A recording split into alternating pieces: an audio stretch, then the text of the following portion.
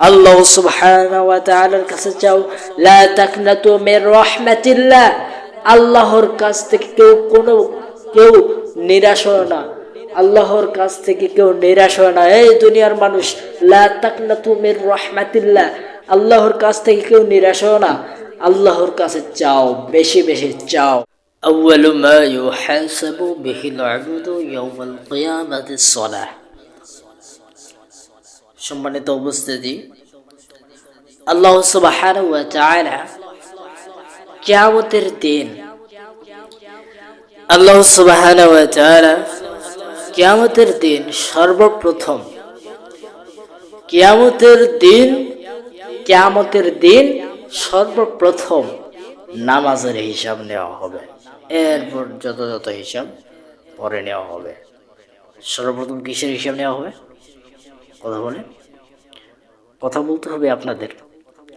সর্বপ্রথম কিয়ামতের দিন সর্বপ্রথম নামাজের হিসাব নেওয়া হবে। এই আব্দুল্লাহ অনেক মিয়াজি, এই ছেলে, এই হুজুর, নামাজের হিসাবটা দিয়ে যাও। এইভাবে ধরবে, এই ছেলে, নামাজের হিসাব। সর্বপ্রথম নামাজের হিসাব ধরা হবে। আউয়ালু মা ইউহাসাবু বিহিল আবদু ইয়াউমাল কিয়ামাতিস সালাহ। কিয়ামতের দিন সর্বপ্রথম নামাজের হিসাব নেওয়া হবে। এই আব্দুল্লাহ অনেক মিয়াজি, নামাজের হিসাবটা দিয়ে যাও। আমি এখন যদি বলি, এই যে না, আমার নামাজের হিসাব, নামাজ পড়েছে বা পড়েনি, এই হচ্ছে, এই পর্যন্ত পড়ছে, এই পর্যন্ত পড়েনি, হ্যাঁ পড়ছে বলে গেলেন, আমি বললাম যে আমি নামাজ পড়ছি, কিয়ামতের দিন আল্লাহ তাআলা আমার হিসাব নিচ্ছেন। আমি এখন নামাজের হিসাব দেব, হ্যাঁ পড়ছি বলে দিলাম, তাই না? বলে দিলাম। কিয়ামতের দিন কোটি কোটি মানুষ থাকবে। কিয়ামতের দিন কোটি কোটি কোটি কোটি মানুষ থাকবে।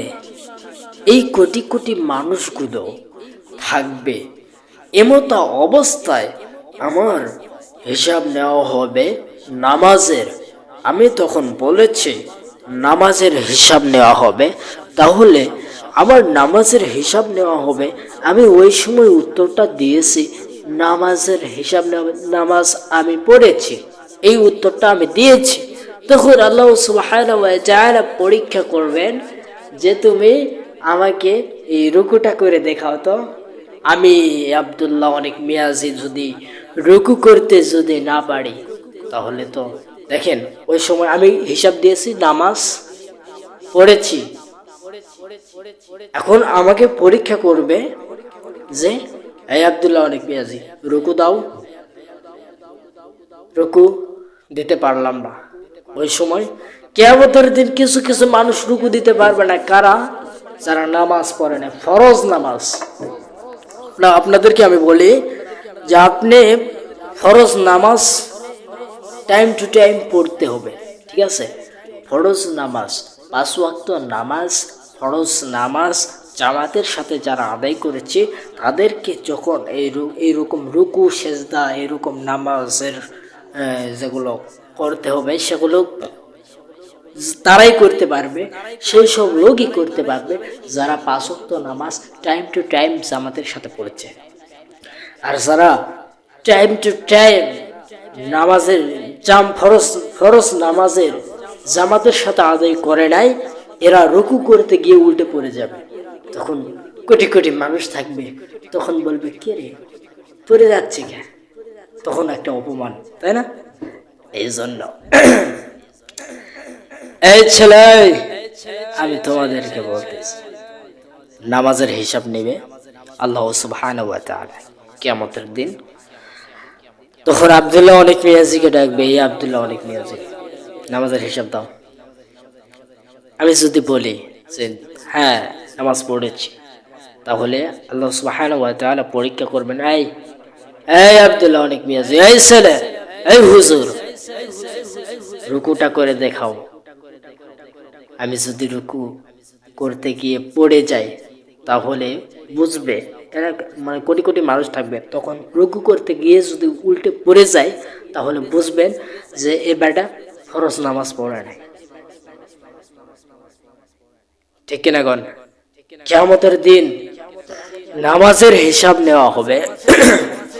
নামাজের হিসাব নেওয়া হবে। এই নামাজের হিসাব দিতে গিয়ে কিছু কিছু মানুষ এরকম উল্টে পড়ে যাবে। তারাই পড়ে যাবে যারা ফরজ নামাজ পড়ে নাই। নফল সুন্নত বেতের এগুলো পরে পড়বেন, টাইম টু টাইম ফরজগুলো আদায় করবেন। যারা ফরজ নামাজ জামাতের সাথে আদায় করে, এরা যদি বলে যে হ্যাঁ আমি নামাজ পড়েছি, তখন আল্লাহ সুবহানাহু ওয়া তাআলা রুকু করতে বলবে, তারা রুকু করতেও পারবে। যদি রুকু করতে গিয়ে যদি উল্টে পড়ে যায় তাহলে বুঝবেন এ ফরজ আদায় করা নাই, নামাজ হিসাব দিল হ্যাঁ পড়েছি, কিন্তু রুকুতে গিয়ে পারলো না, উল্টে পড়ে গেল। তখন কোটি কোটি লোকজন থাকবে কিয়ামতের দিন, কোটি কোটি লোকজন থাকবে। এই কোটি কোটি কোটি কোটি লোকজন এর মাঝখানে আমার যখন হিসাব নেওয়া হবে নামাজের, আমাকে রুকু করতে বলবে, আমি তখন বলেছি যে আমি নামাজ পড়েছি, হিসাবটা দিয়ে দিলেন বরাবর, রুকু করো, রুকু করতে গিয়ে উল্টে পড়ে গেল। আচ্ছা, ঠিক কিনা? এই জন্য আপনাদের হাতে পায়ে অনুরোধ, আপনারা ফরজ নামাজ টাইম টু টাইম জামাতের সাথে পড়বেন। এরপরে সুন্নত নফল আরো যেগুলো জাতীয় যেগুলো নামাজ রয়েছে ওগুলো পরে পড়বেন, কিন্তু ফরজটা টাইম টু টাইম পড়বেন। ফরজ পড়লে আপনাকে যখন রুকু করতে বলবে তখন করতে পারবেন, আপনি উল্টে পড়বেন না। তারাই করতে পারবে না, তারাই উল্টে পড়বে কারা? যারা ফরজ নামাজ পড়ে নাই টাইম টু টাইম। ফরজ যারা পড়তে পারবে তারা এরকম রুকু করতে পারবে, সিজদা দিতে পারবে। বুঝা গেল? আল্লাহ সুবহানাহু ওয়া তাআলা কিয়ামতের দিন সর্বপ্রথম নামাজের হিসাব নেবেন, নামাজের হিসাব নেবেন, নামাজের হিসাব নেবেন। এই ছেলে, আমি তোমাদেরকে বলতে চাই, তোমাদের বয়স হয়ে গেছে 21, তোমাদের বয়স হয়ে গেছে 22, তোমাদের বয়স হয়ে গেছে 25, তোমরা এখনো নামাজ পড়ো না কেন? এই ছেলে, তুমি এখনো নামাজ পড়ো না কেন? হ্যাঁ, তুমি এখনো নামাজ পড়ো না কেন? এই আমার মা, এই আমার বোন, এই আমার ভাই, এই জাতির মানুষ, এই পৃথিবীর মানুষ, আপনাদের সন্তান যখন 7 বছর তখন নামাজের তাগিদ দাও, 10 বছর নামাজের তাগিদ দাও, 12 বছর পিটানি শুরু করো, নামাজের জন্য কঠোরতা আইন চালু হোক এদেশে। ঠিক কিনা গণ? কারণ কিয়ামতের দিন সর্বপ্রথম, কিয়ামতের দিন সর্বপ্রথম যেটার হিসাব নেওয়া হবে সেটা হলো নামাজের হিসাব। আউয়ালু মা ইউহাসাবু বিহিল আবদু ইয়াউমাল কিয়ামাতিস সালাহ, কিয়ামাতিস সালাহ, কিয়ামতের দিন সর্বপ্রথম নামাজের হিসাব নেওয়া হবে। বুঝা গেল?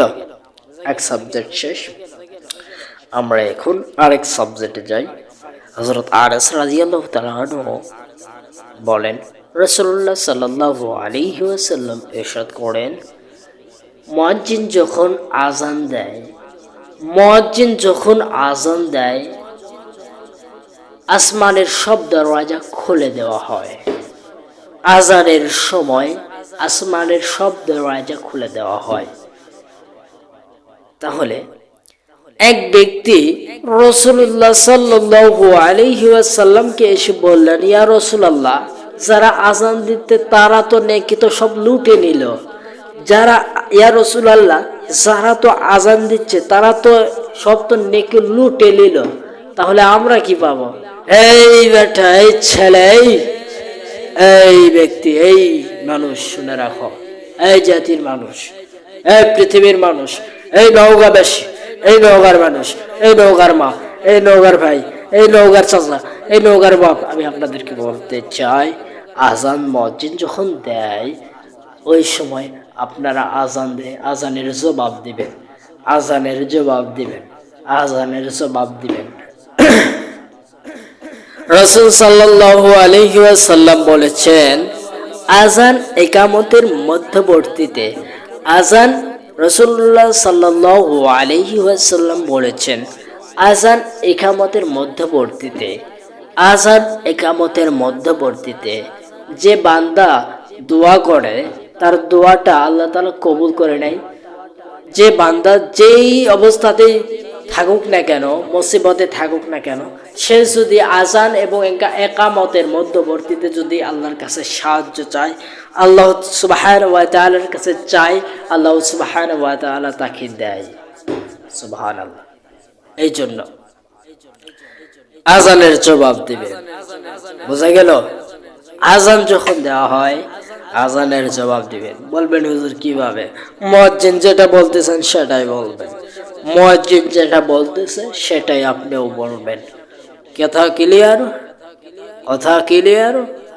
এই দুনিয়ার মানুষ, আজানের সময় তোমরা ফোন টিপো কেন?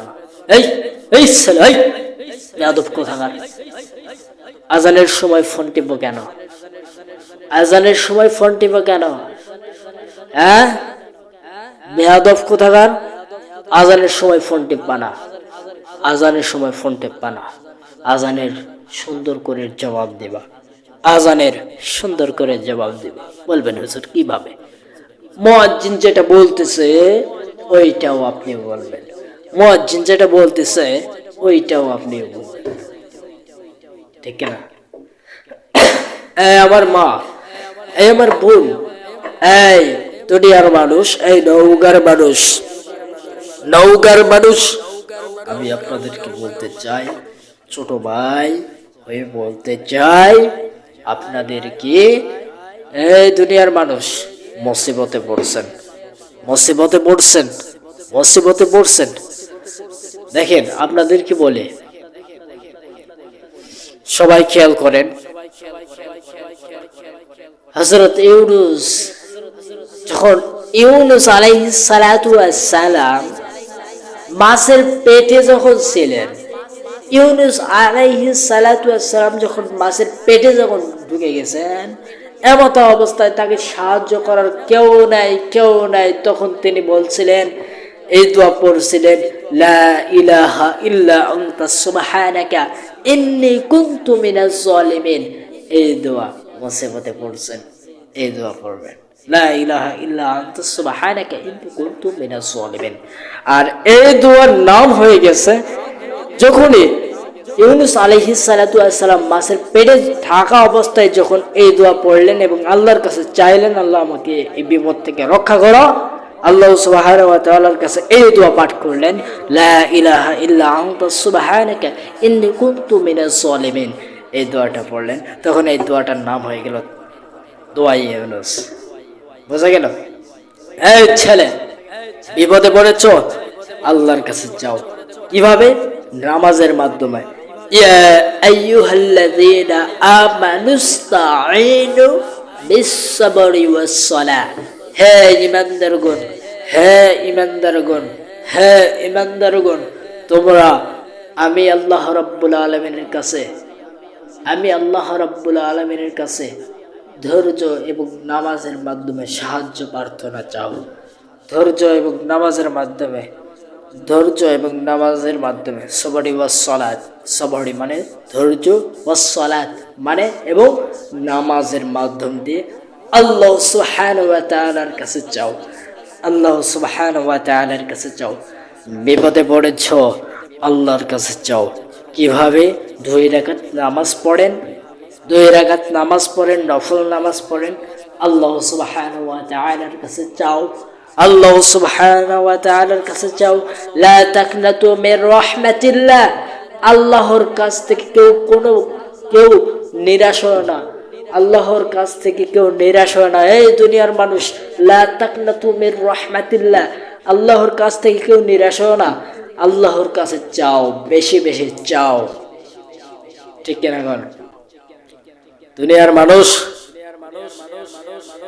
দুনিয়াতে কিছু বিপদে পড়লে মানুষের কাছে চলে যায়, ঠিক কিনা গণ? দুনিয়ার মানুষ, ওই মানুষের, যেই মানুষের কাছে চাচ্ছেন ওই মানুষের কাছে চায় না, লাভ নেই। বোঝা গেল? চাওয়া লাগবে আল্লাহর কাছে, চাওয়া লাগবে আল্লাহর কাছে, চাওয়া লাগবে আল্লাহর কাছে।